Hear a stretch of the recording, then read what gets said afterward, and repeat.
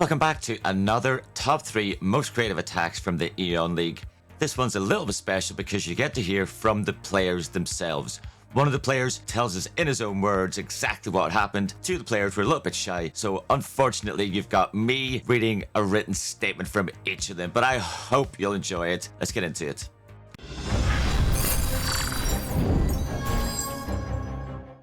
First up, we have Chilluminati from LC. Tell us what you did, buddy. Okay, so first I did the safety blimp with the sneaky goblins for the town hall, and I looked from where I can send the blimp to lure out the CC. So I did that first to get the CC out. What made you decide to go for a safe blimp? Did you consider going for like a Yeti blimp? I was just thinking on how to get the town hall, so I have that one secured, and also I wanted to get the CC pull. So yeah, for me the safety blimp made the most sense, but I think you could also do a Yeti blimp or also the Super Wizard blimp to maybe get some more value, yeah. And then yeah, I started with my queen at 6 o'clock. Unfortunately, I had a bit too much damage, so I forced, I think, a spell or ability, I'm not sure. Yeah, once your queen dealt with the CC troops and she started to move into that wizard tower compartment over on the right, I noticed you had to use a free spell just to protect her for a little bit longer. So yeah, and then I went in with the golems, funneled a bit on the right side, and yeah, then went in with all my heroes, with king, queen, warden, and also the SC. And then I tried to funnel always with my troops then on the upper side, so I can push my heroes all towards the middle, also with the jump that I placed there. And that worked quite good. I didn't think it would work that good. What was the plan for the eagle? How were you planning to get that? Were you always planning for the yak to break through the wall there, or was the RC for the eagle? Yeah, originally it wasn't planned the RC there. I have to admit, I misplaced my RC there. I wanted to place him for the eagle first. When I saw that I placed the RC, I needed to adjust. So I placed a rage spell with a couple of loons on the 1 or 2 o'clock side. So yeah, I was a bit lucky, I think. I noticed you had a bat spell and a scaly spell. What was the plan for those two spells? I was thinking that my RC, normally I thought that my RC would finish the entire base. And with the bat spell I wanted to tank the backhand scatter and also the wizard towers and the ground expo with the skelly spell. I love that. Tanking the scatter with the bat spell because it was next to a ground bow. That's 200 IQ thinking. That is brilliant. Thank you. Thank you. Before we finish up then, do you want to give a shout out to anyone in particular? So last one, I wanted to make a shout out to my team, LC Esports, and also One Vision and my other clanmates from before, and that you always try to have fun in the matches and maybe do something creative. And what a great message to finish with. Thank you so much for spending the time with us today, Chilluminati.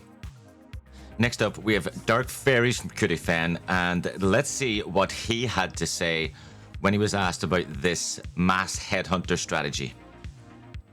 I planned to play Queen Charge and a Warden Charge. Then I started to think if it was possible.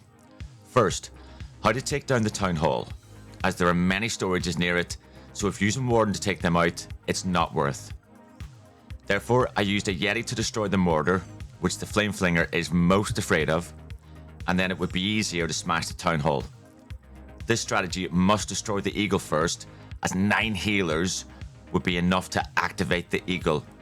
So I decided my Queen will go to take down the Eagle. When I control my Queen, the Warden can destroy the buildings at the 6 o'clock. And then lastly, my King. His job is to kill the enemy's Queen and destroy as many buildings as possible. And you can see just how well this is working. You got the Queen doing her thing over there on the Eagle. You got the Grand Warden down here taking out the scatter shot. The King now coming in over on the left as well. And that Flame Flinger is going to get the Town Hall absolutely no problem. There's nothing anywhere near it. So far, it's looking amazing. We got a Yeti coming in now up top to do a bit of more funneling for that King. King's ability in on the enemy Queen. His Queen's in there too. Everything's converging in to make a very tight path through this bottom section. So if you look down here where the mortar and the 2 multis are, that is where we're going to try and path all of the rest of these headhunters into the base, because once they get into the Warden's Tome, there's very little in there that is going to be a problem for them. They'll get through the enemy heroes and then they'll smash it through the rest of this base. Dark Fairy also had this final thing to say. When the enemy queen was down, it's time for my headhunters to go into the base. It's a pity that my Grand Warden had used his ability earlier, otherwise the headhunters would survive until the end of the war. But I still got the 3-star. And I mean, if that's the only thing that didn't quite go to plan for this attack, I'd say you did pretty well. Anytime you look at a base and decide that you're going to take it down with mass headhunters, like, you really have to have a lot of faith in your hero push. And Dark Fairies, he's done this before. I've seen him do this mass headhunter attack before in last season of the EON League and completely wrecked the base that time as well. He's able to swag spells. He's got an RC ability. Honestly, this guy is something else. Stunning job, my friend. Well done. And last up, it's the second of our Cutie Fan representatives. Let's see what he had to say about this attack. At first, I wanted to attack this base with all balloons. I thought this would be more fun than using just Sui Lalo.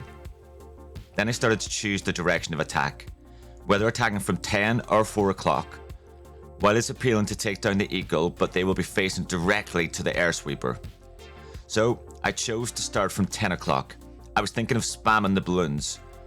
But when thinking about the route of the king and queen, if they started to attack from 3 o'clock, they may be pulled to 12.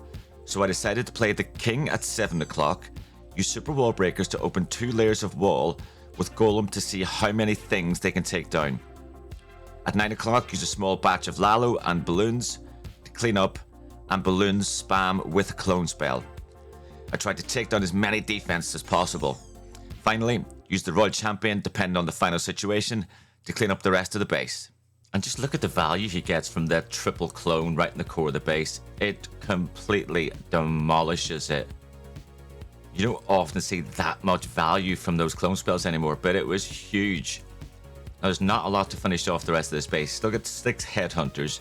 Most of the loons are down, but with that RC ability still in the pocket and that free spell still to support, this is a no-brainer. The RC could take all of it out on her own. The only thing that is a problem for her is the enemy RC. But again, with those 6 headhunters that are now going to go in and smash up the enemy king. Ooh, are they? Oh, they just about made it. Oh, and they're going to get taken out. They're done. With the Grand Warden tanking the enemy RC, though, he should be able to take her out, and the RC finishes up the rest of the base. Absolutely beautiful attack. I don't know how to pronounce your name, so I apologize.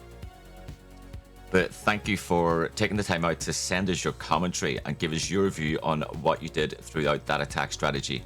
It was so well done. A little bit spammy, but we like a bit of spam. GG, well done.